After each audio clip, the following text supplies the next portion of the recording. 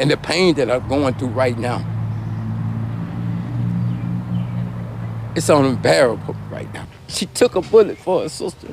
She was willing to try to save her sister. This is Phoenicia Ratliff, a 23-year-old mother from Mississippi with dreams as big as her heart. She had everything to live for: a bright future, a daughter she adored, and a career in early childhood education that promised to change lives. But in one fateful moment, everything she loved was ripped away. On the night of May 14, 2020, at around 11 p.m., Phoenicia finished her shift at Subway and headed home, unaware that she was walking straight into a nightmare. As she stepped onto her porch, ready to end her day, the ordinary evening shattered in an instant. Before she could even get inside her home, Phoenicia was ambushed and kidnapped by her own husband, an act driven by a terrifying demand to share custody of their child.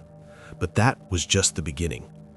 Phoenicia's world would never be the same again, and tragically, neither would her daughters. Little did she know, this would be the last time her child would see her alive. What could drive a man to this point? Was it love, desperation, or something far darker that ultimately claimed 2 lives that night? The best memory is when she told us she was pregnant. Like, that was like the greatest memory, because like now she has her legacy to leave, and she has somebody that's gonna live up to her name. Phoenicia Ratliff was born on August 7, 1996 in Canton, Mississippi, a small but vibrant community with a rich cultural heritage. Raised in a close family circle with 4 siblings, Phoenicia grew up surrounded by love, care, and support. Her childhood was marked by family gatherings, church activities, and the kind of close-knit bonds that shaped her into the nurturing person she became. Her family described her as a warm, nurturing soul with an infectious personality. Everyone who met her instantly knew that Phoenicia was a wonderful person, full of joy and energy. She had a natural ability to make others feel welcome, often stepping in to help friends and neighbors without hesitation. She was a high school graduate of Canton High School, where she laid the foundation for her academic journey. Phoenicia continued her education at Jackson State University, pursuing a degree in early childhood education, a field that reflected her caring and nurturing nature. Teachers and classmates admired her dedication, noting how she often volunteered to tutor younger students and worked with children in her community. Despite the demanding path of being a full-time student, she worked 2 jobs at Subway and Walmart to support herself. Phoenicia had her sights set on graduating in December 2020, a milestone she was determined to achieve. Her resilience and work ethic inspired those around her, and she often spoke about wanting to open her own daycare center one day. But while Phoenicia was building a future for herself, she was also navigating the complexities of a toxic relationship with her ex, Jamarquis Black, the man who would ultimately take her life. Phoenicia met Jamarquis back in high school, and their relationship quickly blossomed into something that felt like a fairy tale.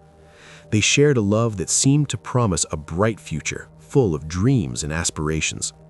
Jamarquis was there for Phoenicia through the years, attending family gatherings, celebrating birthdays, and supporting her academic ambitions. To everyone around them, he seemed like the perfect partner. However, as time went on, the cracks in their relationship began to show.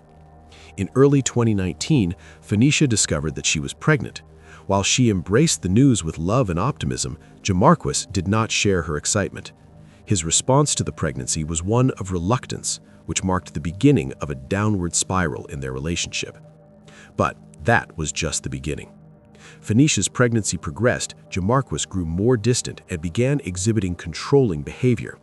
He even accused her of trapping him with a child, and his anger and possessiveness grew. What should have been a joyful time for Phoenicia soon turned into an emotional nightmare.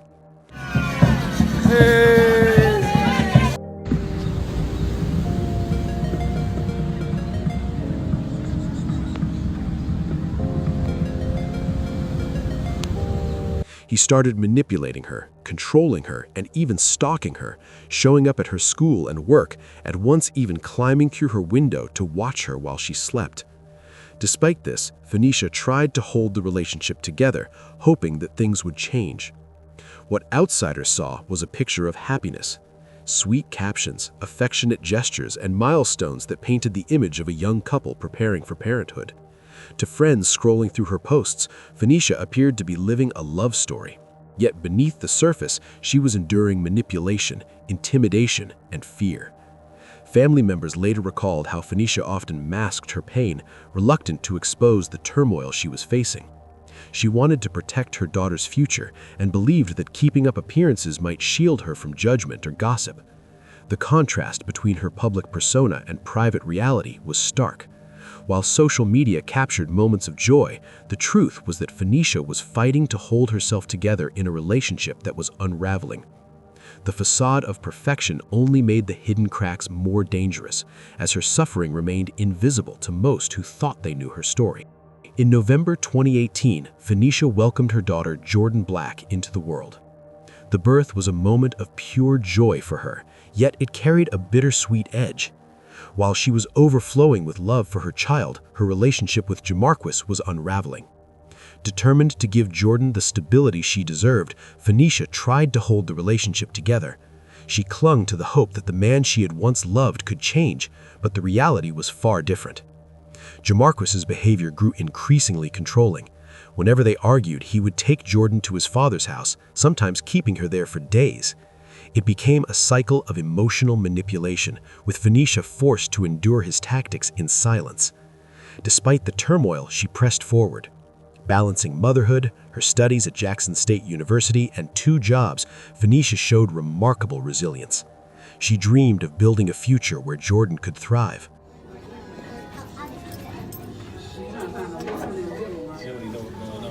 She gonna feel it. Oh my God, this is like the doctor all over again.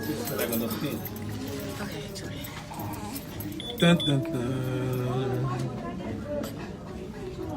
Dun, dun, dun. No. Come on, be a big girl, baby. That didn't hurt. That didn't hurt. That didn't hurt. That didn't hurt. That didn't hurt. But her ambition only fueled Jamarquis's anger. He belittled her for staying in school, insisting she was wasting her time and pressuring her to quit. When she refused, his obsession deepened. Soon his control turned into more stalking. He followed her to campus, barging into classrooms to check if she was really there. He showed up at her workplaces, starting arguments in front of customers and humiliating her publicly. Friends noticed how drained she seemed, though she rarely spoke of the abuse. Behind the brave face, however, Phoenicia was living in constant fear. Every step she took was shadowed by Jamarquis's growing obsession, leaving her trapped in a cycle of intimidation that would eventually escalate to tragedy. Friends and family noticed her growing anxiety, and many urged her to leave, fearing for her safety. However, by the spring of 2020, Phoenicia made the courageous decision. She broke up with Jamarquis. She decided to prioritize her own well-being and her daughter, Jordan. This would prove to be a pivotal moment in her life, but it also marked the beginning of a tragic chain of events. After Phoenicia ended her relationship with Jamarquis, his behavior became even more erratic and dangerous. His anger reached new heights, and he became obsessed with regaining control over her. Jamarquis began demanding full custody of their daughter, Jordan, and when Phoenicia refused, he resorted to harassment, threats, and emotional abuse. Although Phoenicia had already allowed him shared custody, he insisted that he alone should raise their daughter, disregarding the fact that Phoenicia had always been the primary caregiver. Phoenicia refused to give in, determined to protect Jordan's stability and well-being, but Jamarquis did not handle rejection well. Family members recalled how Phoenicia tried to stay strong, reminding herself that Jordan needed her more than ever. She leaned on her support system, but the strain was evident. Friends noticed her growing exhaustion, as if she was carrying the weight of 2 battles, building a future for her daughter while defending herself against Jamarquis's obsession. The more Phoenicia resisted, the more aggressive Jamarquis became. His determination to control her life and their child blurred into dangerous territory, setting the stage for the tragic events that would follow. On April 28, 2020, Jamarquis showed up at her workplace at Subway, armed with a gun. He threatened her with violence, saying that if she didn't comply with his demands for full custody, he would finish it for her. Thankfully, a police officer was nearby and was able to arrest Jamarquis before things could escalate further, and he was charged with domestic violence and felony stalking. Phoenicia, shaken but hopeful that she could now move on with her life, felt a brief sense of relief. Her family believed this arrest might finally give her the protection she needed, and she tried to focus on her studies and caring for Jordan. But that hope was short-lived. Just days later, Jamarquis was released on bond. When Jamarquis was released, the court made it clear he was forbidden from contacting Phoenicia in any way. A restraining order was put in place, intended to safeguard her and her young daughter. In paper, it should have offered protection, a barrier between her and the man who had already caused so much fear. But like so many protective measures that exist only in legal documents, the order lacked real enforcement. For victims like Phoenicia, the promise of safety often feels hollow. She tried to take comfort in the ruling, hoping it would give her space to rebuild her life, yet deep down she knew that a piece of paper could not stop his obsession. As expected, Jamarquis's rage intensified, and he began planning something far more sinister.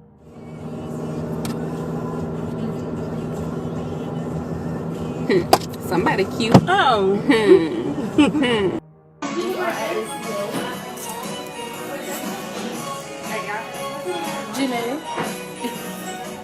On the evening of May 14, 2020, Phoenicia had no idea that she was walking into a nightmare. That afternoon, she had clocked into her shift at Subway like any other day. Little did she know that would be her last shift at the Subway. At around 11 p.m. that evening, Phoenicia returned home later than usual, just as she had done many times before. On the porch, her mother Suzanne and her younger sister Alexandria, only 21 at the time, were waiting to greet her. It was a familiar scene, family gathered together, ready to welcome her back after a long day. But before they could even share a smile or a word of comfort, the ordinary night turned into something horrific. Out of the shadows, Jamarquis appeared, his presence instantly shifting the atmosphere from warmth to terror. What should have been a simple homecoming became the beginning of a nightmare that would forever change their lives. Neighbors later recalled hearing sudden commotion, voices raised in panic, and the unmistakable sound of violence breaking the quiet of the street. As Phoenicia approached her house, she saw him standing there, armed with a gun. In a shocking and terrifying moment, Jamarquis forced Phoenicia into his car right in front of her family. When her sister, Alexandria, tried to intervene, Jamarquis shot her in the thigh before speeding away with Phoenicia in tow. Suzanne was frozen in shock at how quickly everything had unfolded, but instinct soon took over. She rushed to her wounded daughter, Alexandria, and immediately dialed 911. Within minutes, police officers and paramedics arrived at the house, but by then, Jamarquis and Phoenicia had already vanished. The authorities wasted no time launching a search, but they faced a critical obstacle. No one, not even Suzanne or Alexandria, had any idea where Jamarquis might have taken Phoenicia. Alexandria was rushed to the hospital, where doctors worked quickly to stabilize her. Thankfully, she survived the ordeal, though the trauma of that night would linger. Meanwhile, officers combed the streets, checking highways and back roads, hoping to intercept Jamarquis's vehicle. Every possible route was investigated, but there were no signs of him or Phoenicia. As the night wore on, investigators turned to technology, attempting to track his movements through cell phone pings. The data, however, was inconsistent, with cell towers providing unreliable information. Still, the search continued relentlessly. But the nightmare was only beginning. Phoenicia's mother, Suzanne, received a chilling phone call just the next morning after the abduction. The call was from Jamarquis, demanding that she take their daughter to his aunt's house. He promised he would release Phoenicia once the child was delivered. Hoping to ensure Phoenicia's safety, Suzanne complied. But this act of cooperation would lead to nothing but more tragedy. Hours later, investigators finally traced Jamarquis to the Philadelphia area. A Mississippi Highway patrol trooper soon spotted his black vehicle speeding down Interstate 55 south. When officers attempted to flag him down, it became clear he had no intention of stopping. What followed was a dangerous high-speed chase, with patrol cars trailing him across county lines as the tension mounted with every passing minute. Not long after, the chase took a sudden turn. Jamarquis lost control of his vehicle near the 30-mile marker in Bogue Chitto, Mississippi. The car veered off the road and crashed, bringing the pursuit to a violent end. For the officers, it was a moment of both urgency and dread as they rushed toward the wreckage, uncertain of what they would find inside. But the situation quickly escalated when Jamarquis, cornered in the vehicle with Phoenicia, turned the gun on her. In an act of desperate rage, he shot Phoenicia in the head, killing her instantly. Without hesitation, he then turned the gun on himself, ending his own life in a final tragic act. When the police arrived, they found the bodies of both Phoenicia and Jamarquis inside the vehicle. The scene was devastating, and the officers were left to deliver the heartbreaking news to Phoenicia's family. Her mother, Suzanne, received the call at her workplace, confirming the worst fear imaginable. Phoenicia was gone. This tragedy rocked the Canton community and beyond. Yeah, the gunman kidnapped the woman from her home in Canton late last night and shot her sister, who tried to stop him. The police chief was on the phone throughout the night with the man, pleading with him to let the woman go. A Canton family heartbroken after a young woman was killed in a murder-suicide just days after police released her boyfriend from jail for stalking her. And the pain that I'm going through right now,